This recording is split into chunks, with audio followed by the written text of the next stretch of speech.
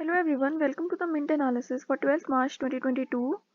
सो आज की पहली हेडलाइन है RBI tells Paytm bank not to open new accounts.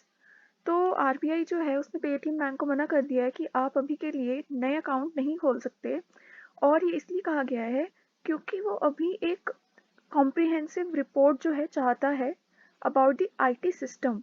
और उसके बेसिस पे वो देखेगा कि कहीं कोई इरेगुलरिटी तो नहीं है, कहीं कुछ पेटीएम कुछ ऐसा कर रहा हो या डिस्क्लोज ना कर रहा हो, तो कुछ भी गड़बड़ ना हो, इसलिए उसने अभी रोक दिया कि आप न्यू अकाउंट मत खोलो। पहले ऑडिट होने दो, मेरे से परमिशन आने दो, और फिर जो है अपने न्यू अकाउंट्स जो है आप ओपन कर सकते हो। और ये जो है ये कोई नॉर्मल चीज़ नहीं है कि रेगुलरली होती रहती है ये ऑडिट वाली। ये जो है ये बेस्ड है ऑन मटेरियल सुपरविजरी कंसर्न। सो अभी रिसेंटली भी पेटीएम ने लास्ट टाइम भी मार्च 2020 में कुछ प्रॉब्लम्स आई थी, उससे पहले भी कुछ प्रॉब्लम्स आ चुकी हैं जिसमें ये कहा गया था कि पेटीएम जो है डिस्क्लोजर टाइम पे नहीं कर रहा था और इनएडिक्वेट मेजर ले रहा था केवाईसी के बारे में। तो इसलिए दोबारा जो है ये आरबीआई ने एक स्टेप लिया है कि पहले ऑडिट दो और फिर आगे जाके न्यू अकाउंट्स खोलना। तो ये जो इम्पोज हुआ है ये अंडर सेक्शन 35A हुआ है ऑफ बैंकिंग रेगुलेशन एक्ट। और यहाँ ये भी दे रखा है कि आरबीआई ने सिमिलर एक्शन लिया था इन अगस्त 2018 after an audit found it violated KYC rules. तो पेटीएम ने पहले भी केवाईसी रूल्स जो है वायलेट किए थे, तो तभी ऐसा ही एक्शन लिया था आरबीआई ने। और ये शायद इसलिए भी ले रहा है क्योंकि पेटीएम ने अभी रिसेंटली जो अपना आईपीओ लॉन्च किया था उसमें आपको पता होगा कि ये कितना फ्लॉप गया था, कितना जो है डिस्काउंट पे चला गया था फर्स्ट डे लिस्ट होते ही। तो कुछ गड़बड़ है पेटीएम के कंडक्ट में। जैसे कि इसका जो लाइसेंस था लेंडिंग बिजनेस का वो उसके पास था ही नहीं। तो ये बाद में जाके रिवील हुआ था और इसकी वजह से भी इन्वेस्टर्स को काफ़ी फ़र्क पड़ा था। और इसी की वजह से अभी और भी काफ़ी सारी चीज़ें चल रही हैं, जैसे कि जो आईपीओ वैल्यूएशन है उस पर सारी कंपनीज को क्वेश्चन किया जा रहा है, तो वो भी हम आगे देखते हैं। Next news is founder leads new round in Byju's at a valuation of $22 billion. तो बाइजूस ने लास्ट ईयर पैंडमिक में काफ़ी ज़्यादा कैपिटलाइज किया। ये जो स्कूल लर्निंग वाली ऑनलाइन स्कूल लर्निंग की चीज़ें चल रही थी, सारी क्लासेस ऑनलाइन हो रही थी। तो इस इस वजह से इन्होंने काफ़ी नई फर्म्स एक्वायर करी और अब ये आगे एक्सपैंड करने की सोच रहे हैं न्यू जोग्राफीज़ में। तो हो सकता है कि इनको यहाँ पे इनको जितना कंसोलिडेट करना था, जिस ग्रोथ से कंसोलिडेट करना था वो हो चुका है, तो इनके लिए अब राइट स्टेप होगा आगे जाके बाहर जाके एक्सपैंड करना। और उसमें मैंने देखा कि ये यूएस में एक्सपैंड करने की सोच रहे हैं। तो अभी उसके लिए जो इन्होंने राउंड रेस किया, फंड रेस किया, उसकी वजह से इनकी जो वैल्यूएशन है वो $22 बिलियन पे पहुंच गई है। तो इन्होंने $22 बिलियन रेज नहीं किया है, इन्होंने रेज किया $800 मिलियन। बट अब इसको कैसे देखते हैं हम कि $800 मिलियन किया तो उन्होंने कितना परसेंट जो है अपना इक्विटी डाइल्यूट कर दिया, और उस हिसाब से हम देख लेते हैं कि 100% पे कितना बैठेगा। तो वो निकल के आ रहा है कि $22 बिलियन जो है बाइजू की करंट वैल्यूएशन है, यानी कि जिस इन्वेस्टर ने जो इसको अमाउंट दिया उसके हिसाब से $22 वैल्यूएशन बाइजूस की बैठ गई है। Next is factory production expands by 1.3% in January on mining push। तो जो एक इंडेक्स होता है इंडस्ट्रियल इंडेक्स, उससे हमें पता चलता है कि हमारी जो इंडस्ट्रीज हैं वो कैसा परफॉर्म कर रही है, इंडस्ट्री मतलब फैक्ट्रीज ही। तो उसमें पता चला है कि जो एक्सपेंशन है जनवरी में देखने को मिला 1.3%। जबकि इसमें कोई ज़्यादा खुश होने वाली बात नहीं है, ये 1.3% भी इसलिए देखने को मिला क्योंकि जो हमारा बेस था वो काफ़ी कम था। तो जैसे अगर आप देख सकते हो, अगर हमारा बेस 2 होगा और हम नेक्स्ट ईयर 3 पे पहुंच गए तो ये हमारा 50% इंक्रीज हो गया। तो ये बहुत छोटे से बेस पे जो है इंक्रीज हुआ है। और बेस कम क्यों था?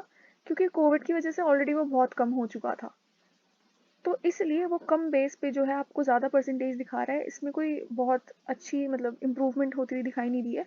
और इसमें ये भी बता रहे हैं कि माइनिंग और मैन्युफैक्चरिंग की वजह से जो है ये थोड़ा सा जम देखने को मिला है। अदरवाइज जो कैपिटल गुड्स है, कैपिटल गुड्स वो होते हैं कि तुम उनको डायरेक्ट कंज्यूमर्स को नहीं बेचते, उन कैपिटल गुड्स को एक्वायर करके तुम कुछ और गुड्स प्रोड्यूस करते हो, तो उनको बोलते हैं कैपिटल गुड्स। तो जो कैपिटल गुड्स का सेगमेंट है वो अभी भी कॉन्ट्रैक्ट ही हो रहा है। Next is Titan buy stake in lab grown diamond maker for $20 million. तो टाइटन जो है हम देखने को मिला, अभी कल भी इसकी एक न्यूज़ आई थी कि ये दूसरी कंपनी को जो है एक्वायर कर रहा है, जो कि है नॉइज़, जो वेरिएबल्स प्रोड्यूस करती है। अब इसने एक और कंपनी को बाय करने की सोची है जो कि लैब ग्रोन डायमंड बनाती है। तो ये कंपनीज का तरीका होता है अपने पोर्टफोलियो को डाइवर्सिफाई करने का और न्यू मार्केट्स में टैप करने का। तो अपनी खुद की R&D करने की बजाय और स्टार्टिंग से स्क्रैच से नया बिजनेस शुरू करने की बजाय ये फर्म एक्वायर कर लेते हैं, तो जो उनकी स्पेशलाइजेशन, जो उनके कस्टमर बेस है, वो सब कुछ एक बार में इनके पास आ जाते हैं। तो टाइटन ने अभी लैब ग्रोन डायमंड और जो है दूसरा था वियरेबल्स यानी कि स्मार्ट वॉचेस वगैरह जैसी इंडस्ट्री में टैप करने के लिए दो फर्म्स को बाय करने का सोचा है।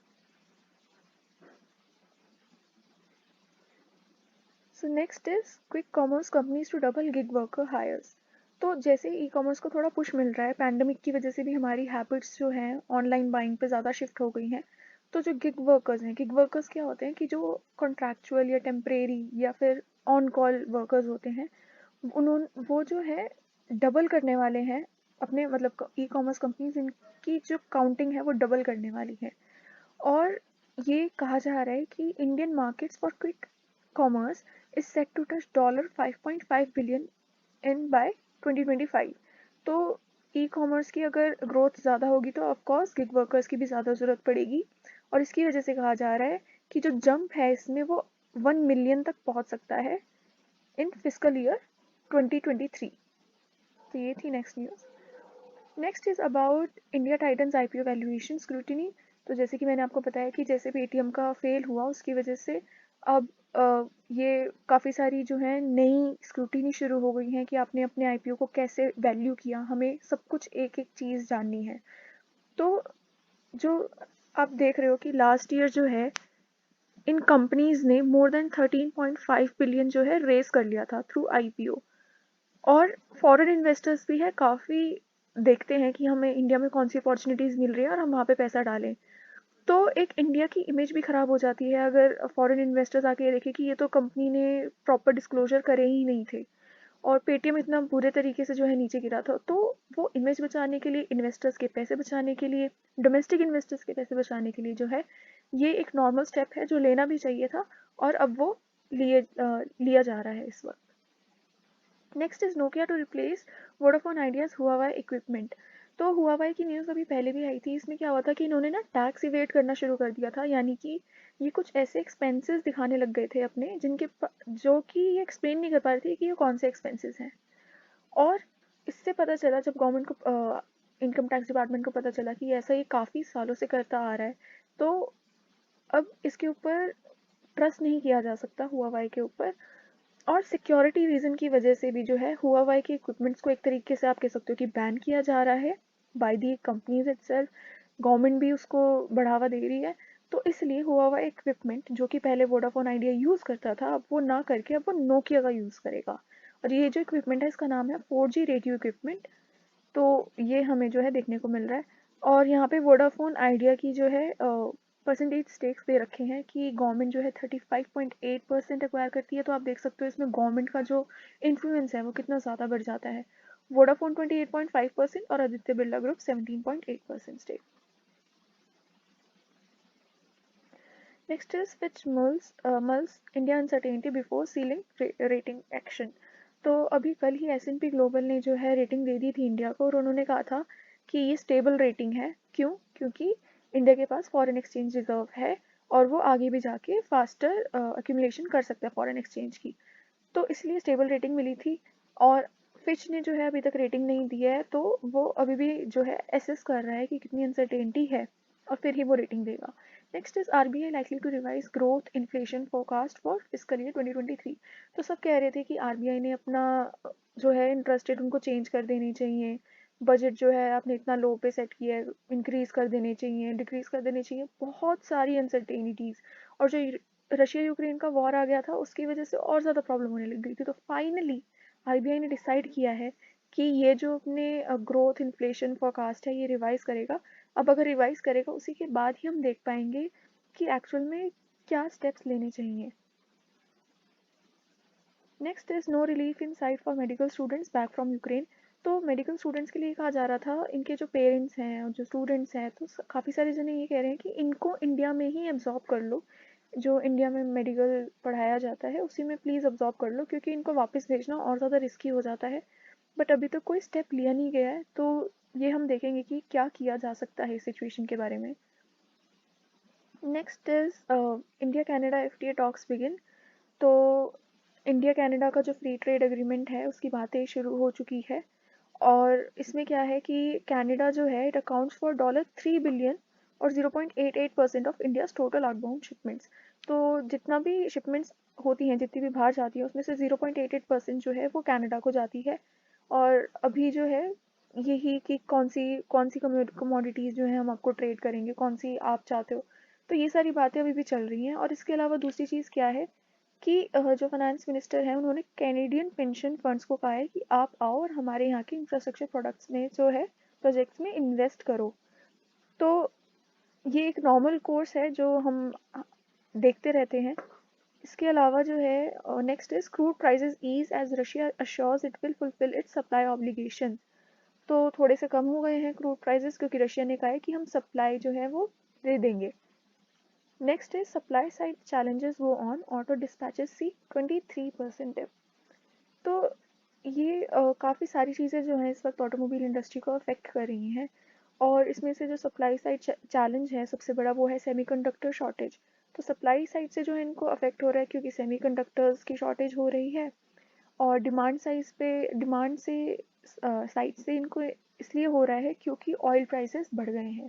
तो इसलिए इन सारी चीज़ों को मिला के जो है 23% डिप जो है उसमें देखने को मिला है। Next is India manages finances well but global energy prices to hurt. तो अब ग्लोबल एनर्जी प्राइसेस काफ़ी हाई जा रहे हैं और क्या हो रहा है कि इंडिया सारी चीज़ें, ये जो सारा इम्पैक्ट है, इंक्रीज़ है, राइस, वो कंज्यूमर के पास सारा का सारा नहीं दे सकता, उसको सारा बर्डन नहीं दे सकता। तो इंडिया को भी मैनेज करने में प्रॉब्लम हो रही है। और कल हमने ये भी देखा था कि इसकी वजह से एक सोल्यूशन ये निकल के आया है कि फ्यूल प्राइसेस पे जो वैट है वो कम किया जा सकता है। तो ये इस न्यूज़ के बारे में। नेक्स्ट इज टाइटन पिक्स, ये हमने देख लिया है, लैब ग्राउंड डायमंड। और ये इंडस्ट्री के बारे में वही कि जो माइनिंग एंड मैन्युफैक्चरिंग है उसमें मार्जिनल इंक्रीज हुआ है, लेकिन जो कैपिटल गुड्स हैं उसमें अभी भी कॉन्ट्रैक्शन ही चल रहा है। तो यही है आज के न्यूज़पेपर में सब कुछ। So if you have like the video please hit the like button and subscribe to my channel. अगर आपको मेरा टेलीग्राम ग्रुप ज्वाइन करना है तो लिंक मैं डिस्क्रिप्शन में दे दूँगी। And thank you.